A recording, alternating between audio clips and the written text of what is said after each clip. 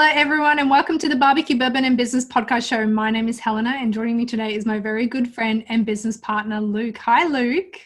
Good evening, everyone, and welcome. This podcast is for business owners who want to stop being slaves to their business, who want to take back their lives and time and build a valuable and efficient business that they can then one day cash out for maximum profit. Let's face it, you don't want to be putting in all this blood, sweat, and tears into your business for the next 10 years and then at the end have nothing to show for it. So in between sharing some of our favorite barbecue tips and sipping on some fine bourbon, we are untangling the common misconception that hustle and hard work is all it takes to build a successful and valuable business. Through each episode, we share practical, no-nonsense business strategies to help you stop trading time for money, turn your business into a valuable asset, and build a smart business engine that gives you the freedom to enjoy the things you love. Things like sipping on good bourbon and a low and slow barbecue with family and friends. In the last episode, we discussed what to do after you've discovered your red hot lucrative niche and how to develop your resonating message to stand out from the crowd to ensure your potential customers buy from you and not your competition. In this episode, we'll be starting on step 3 of our 7-step Build a Smart Business Engine that does the work for you. We are going to be talking about optimizing your sales process. But before we begin, let's do our favorite part of the night and pour ourselves a drink. Luke, do you have a bourbon there? Are you all ready to go? Well, yeah, but I think you forgot. It's a change of the month, so we got a brand new bourbon. We've got a new bourbon. Right, so this one, if you can see on the screen, if you're watching or you're listening, it's Jim Beam Devil's Cut. Yeah, there's a bit of history behind this. That's why I chose it for our bourbon of the month this month. And this is actually illegal in my house. So my wife has banned it from the house. That's why I'm sneaking it on the show.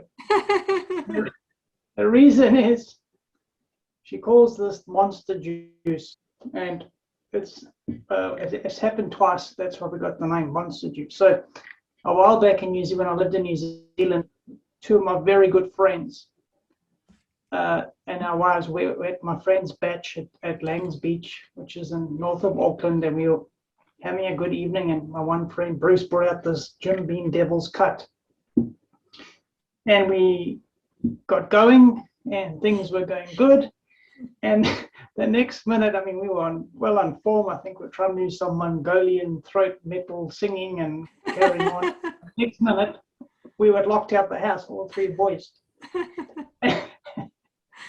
And the woman said, the wife said in the morning, you guys are absolute animals when you drink that stuff. We had to ban you from the house. So we got kicked out the house. And, you know, we thought it was a one-off hit. But then we got together a few weeks later at my friend's house, Bruce's house. And he brought out the Jim Beam Devil's Cut again. The same thing happened. At about 11 o'clock, we got locked out the house. And I think I slept in the boat, and Mark slept on the bench, and I think Bruce slept in the shed under the tractor. And after that night, the girl said, sorry, this drink is monster juice, and you boys are banned from drinking it. So here we are tonight, and if things get out of control, well, right. So it's called the Devil's Cut Monster Juice. Jim Beam Devil's Cut Monster Juice. Well, would love to see everyone, if you want to join us in on Bourbon of the Month, let us know what your escapades are after the Jim Beam Devil's Cut. But that's what this show is all about, is enjoying some good times while talking about the things that we love. So if you want to suggest the next bourbon for us to taste, please let us know. Hop onto our Instagram or Facebook page, Barbecue Bourbon Business, and let us know what to think. But while we're talking about bourbon, let's pour ourselves a drink, get comfy. And again, it doesn't have to be bourbon as long as you're comfortable and enjoying yourself. And let's talk about the things that really matters to us the most.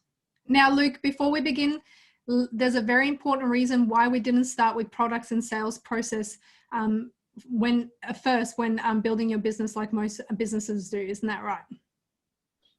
Well, 100%. So today is step 3 in the 7-step process. The 7 steps are how you build a smart business engine, how you stop trading time for money, and how you can put value in your business so that you can one day cash out with a valuable asset.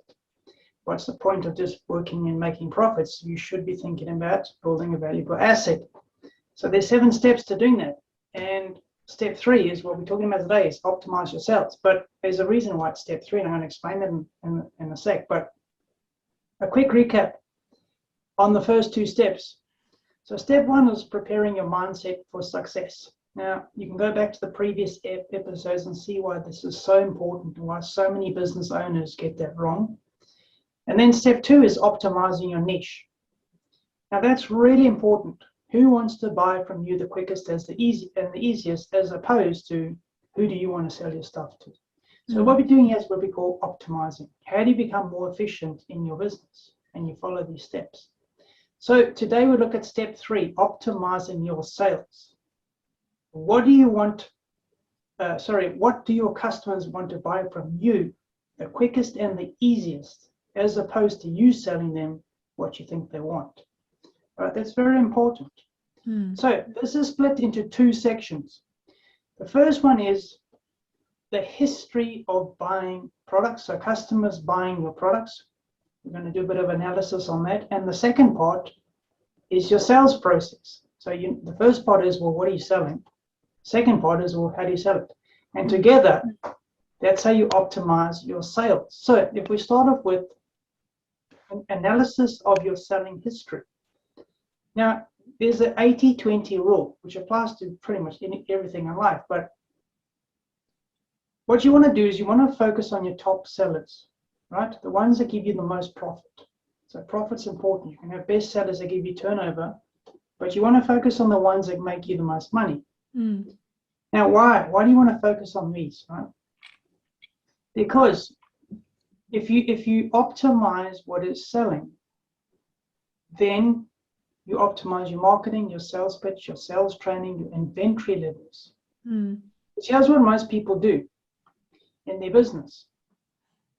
They try and sell everything on their product list. And they say, well, we're selling these 5-10 products, they're doing very well, but we're not paying attention to these other 30. And that's a common mistake. You're never ever going to have top sellers across your 30 list, impossible. What you want to do is optimize the ones that are selling and just focus all your energy on that. Reduce your stock levels, improve your cash flow, improve your profitability. Your sales training is easier, your sales presentations are easier, because you're focusing on where the money is going. A lot of businesses take their focus off the top products and services because, well, those are doing well. Let's try and fix all the other ones that are not. And what happens is, most times it doesn't work, right? You can never have 30 top sellers. Okay, so this is called optimizing. The second part is your sales process, the actual selling of the products. Now, I've been building businesses for 25 years, and I've sat through dozens and dozens of sales training, and it's all the same stuff. It's just copied over and over and over. And this is what you hear and you see on every single sales chart. Yeah. Find leads, connect, qualify, present, overcome objections, close the deal, nurture. And these are all generic terms, right? Anyone who's done a sales course knows all this is all the standard stuff. But they're missing out on the most important pieces to the sales process. And these are 2 secrets that every single sales process needs to be successful if you want to do sales. And the first secret to becoming a master salesman is what? Don't sell. Yeah. Let your customers buy. Now, can you guess what the second critical missing ingredient is in these everyday sales cycles? What happens when you are buying something from a salesperson? And this applies online on your websites as well, by the way. When you first meet the salesperson, you immediately subconsciously begin scanning for this one thing. And it has nothing to do with the product and service you intend to buy. But it dramatically influences your decision of whether you buy or not. The answer is trust. And none of these sales charts and trainings have these critical secrets in them. That is why in today's world, most people do not trust a salesperson, because salespeople are trained to make as many sales as possible. And the salesperson, the manager gets his commission, the salesperson gets his commission, and they all go off into the sunset very happy to keep their jobs. But this is not what the customers want, right? Before I hand my cash over to you, I want to trust you enough so I actually hand over my cash to you. Mm. And if I don't trust you, the chances of me buying something from you are very, very slim. We haven't even got to the product or service yet, right? This is how important this is that I'm telling you, right? If you haven't established trust with me and I do not trust you, I'm not going to be so quick to hand over my cash. I'll most probably head over to the competition to see if I'm more comfortable with them. Am I right? You're right. Yeah. I am right. This is the truth, right? This is just a customer's mind. So pay attention as opposed to, hey, let's do the sales process that my sales manager thinks is very clever. Mm. So optimize your sales process, right? This is the selling process. We need to do 4 things. 1, establish trust. That is 2 parts, personal branding and your hook product. 2, your upsell pipeline. 3, build your back end or reoccurring income streams. And number 4 is train and build your highly dynamic, motivated sales team. So let's look at the first part of optimizing your sales, establishing trust. So how is trust formed? Well, there's 2 parts. The first one is your personal branding or your perception of how others perceive you, right? We did this in one of the previous episodes in depth if you want to take a look at that sometime. So how do you show up, right? This is your first impressions, and you are being judged on this whether you like it or not. Things like your mannerisms, your choice of words, your posture, how you dress, and your intent. Is it just to get the sale, or do you really care about the customer and what they really want? Mm. These are just some of the factors that contribute to your personal branding. There are actually about 30 checkpoints to ensure your personal branding all comes together. And of course, this is what we teach. Remember this, your customers do not buy from you, they buy from your image, or what we refer to as your personal brand. The second part is establishing trust to creating a hook, product, or service. So this is what most businesses do. They have a product and service, and they try to convince customers to buy their stuff. Mm. If the customer retracts, well, then they apply pressure tactics to close the sale. But if you do this, you lose a customer for life. As who wants to be pressurized into a sale? No one. No one. But this is what these salespeople are trained to do all day long. Mm. They're taught to do this. And the hierarchy above them thinks it's very, very clever strategy. It's not. Customers don't like this, right? And this is why in today's world we have so much problem with trust and selling. Mm. So what do? Well, you have to create a hook product or your service that does the following. It lets your customers experience your value up front. By allowing your customers to experience your value, you establish trust. And it is only with trust can you form a relationship with them. And once you have a relationship, you are more inclined to have a customer for life, not for today's transaction. And now once you've designed a hook, then this opens up the gateway to your sales pipeline of higher priced items or other services that you sell. Now, if you slam dunk your first sale without establishing trust, and you think this is marvelous, then the next part, the most valuable part of your sales process is wrecked. Your upsell funnel and gaining a customer for life. Mm. So now we have all these correct components in your sales process and funnels. We need to ensure your sales team is optimized for maximum output. So how do we do that? Well, you standardize the customer engagement tools. So they're all selling the same way. Mm. They all have the same values, and they represent the same culture of your company, not the individual cultures, right? It's a company culture. So that your customer experience is consistent no matter how good or bad your salesperson is. And you want to make sure your sale is dependent on your process, not the salesperson. So this is a golden tip. You want to teach them, your salespeople, to be the guide on their customer's journey. You want them to be solution providers, not a salesperson. They should sell your authority and expert positioning through storytelling, where you came from, the history of the company, the hardships you went through, how did you get a solution, this is how we can help you. Real life examples, and of course case studies. You can demonstrate how this has helped other people. But most importantly, ensure your sales staff feel they are contributing towards the bigger picture. Right? This strategy is very powerful, and it's very different to the run-of-the-mill everyday sales training. It just churns out, breeds flocks of salespeople going around just slamming sales, upsetting customers just to get commissions and make targets. When you implement this strategy, this is how you sell way more products and services much easier. This is how you build a sustainable business and get referrals and great reviews.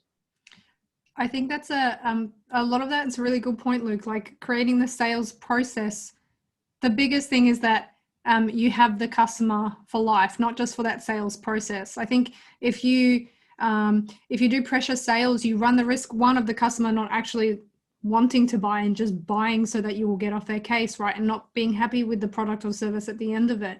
But two, you're right, you lose that customer for the future. They're not going to come back and buy from you, and they're not going to refer you to others as well. So if they're in that sales process where they're actually getting real value through the sales process as well, not just being pushed to buy, I think you've got more of a chance of not just selling, but also selling more in the process after and higher price items, which is not what a lot of people think about.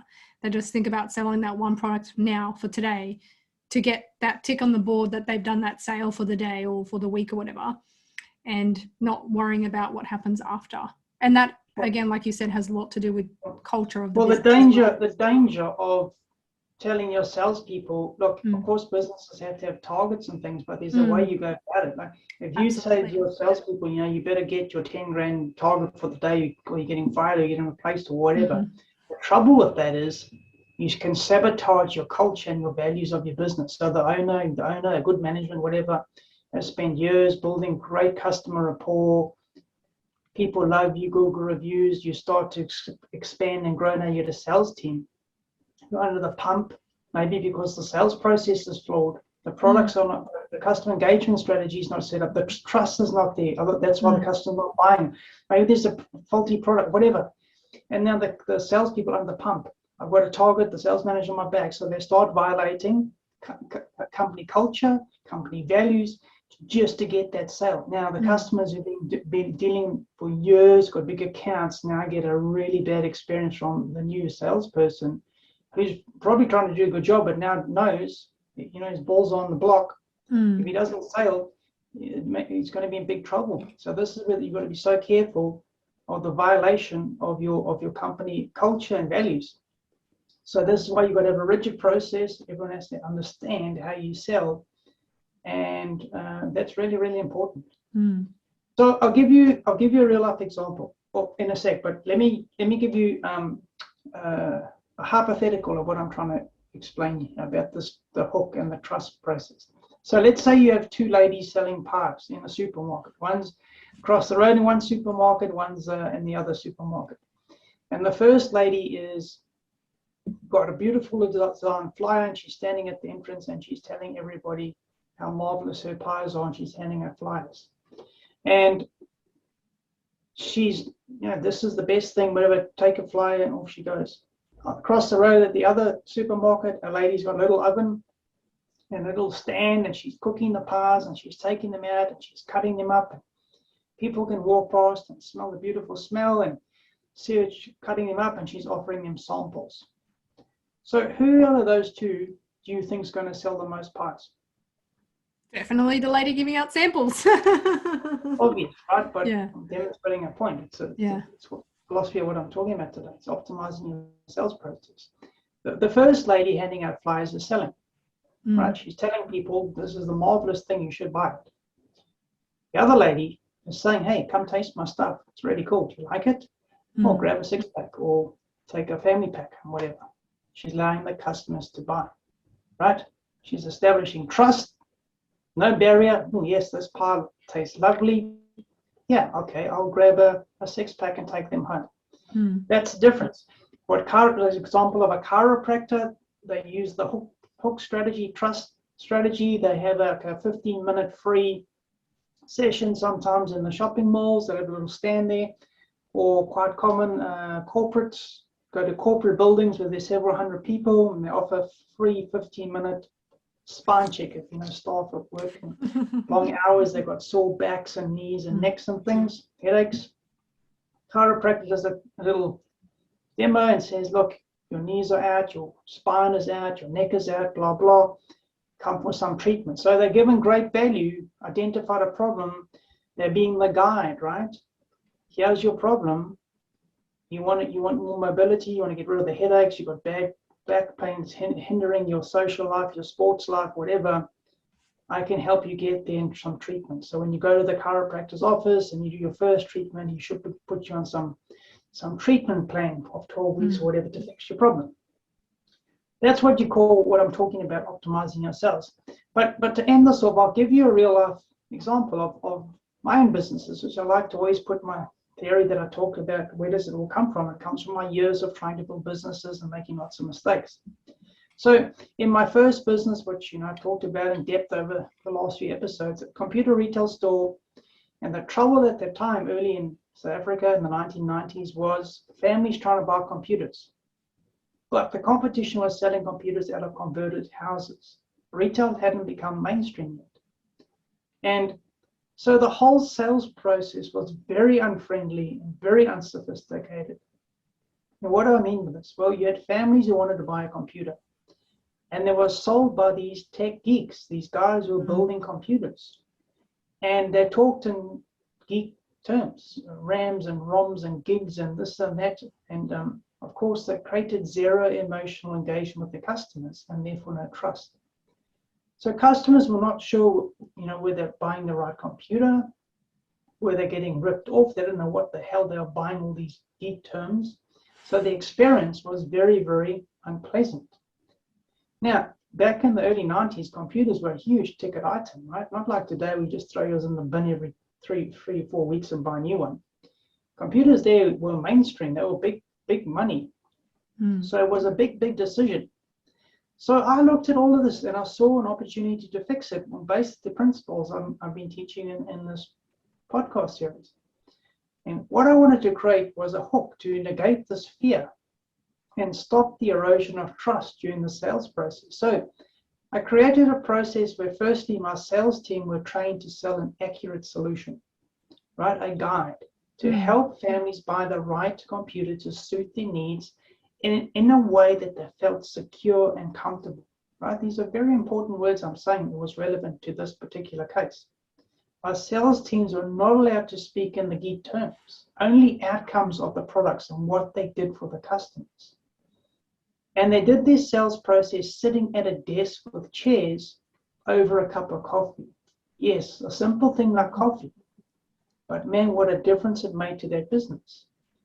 And in less than 6 months, we converted our tiny little store into our first superstore, which we funded ourselves by using this strategy I'm telling you about now. And in the superstore, I had desks where salespeople sat down and talked to you. Even in today's world of the computer electronic stores, they do not use the system. Imagine if banks today had coffee where you could go and discuss a home loan or whatever in an environment like that, where there's trust and you actually weren't felt like you're a statistic or banks trying to get their sales targets, correct?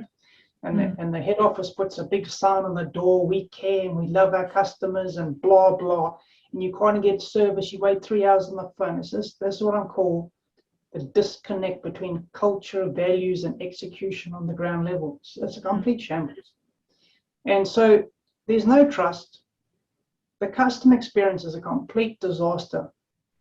And a simple thing like sitting, having a cup of coffee with your clients, discussing their PCs, there was like a 99% conversion rate. Why? Because no one else was doing it. And I was paying attention.